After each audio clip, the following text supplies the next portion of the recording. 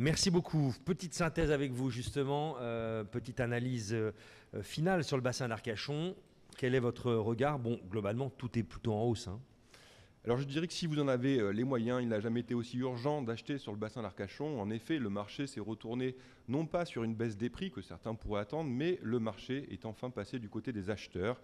Il y a encore quelques années, avoir un budget n'était pas suffisant pour devenir propriétaire de la maison de ses rêves sur le bassin. Nous retrouvons cela sur tout le marché du luxe, mais bien souvent la pénurie est organisée par les marques, alors que là il s'agit simplement du jeu de l'offre et de la demande et le fait que le territoire n'est pas extensible. La plupart des produits pouvaient se vendre sans grande publicité, voire hors marché et dans un temps record, ce qui laissait tout le loisir au vendeur de choisir son prix et les conditions de son acquéreur. Enfin, aujourd'hui, si vous avez le budget, vous aurez le choix. Les biens mettant plus de temps pour se vendre, les professionnels ont regonflé leur stock de mandat, même si, comme je l'ai indiqué, les prix n'ont pas baissé. Le retour du volume de vente supposerait une baisse de prix, mais ce n'est pas le cas à ce jour.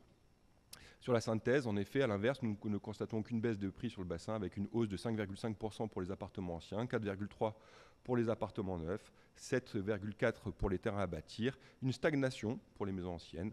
La baisse est essentiellement une baisse de volume avec une baisse de 20% pour les appartements anciens, de 24% pour les neufs, 29% pour les maisons anciennes et carrément 57% pour les terrains à bâtir. Merci beaucoup, maître, pour cette synthèse très intéressante.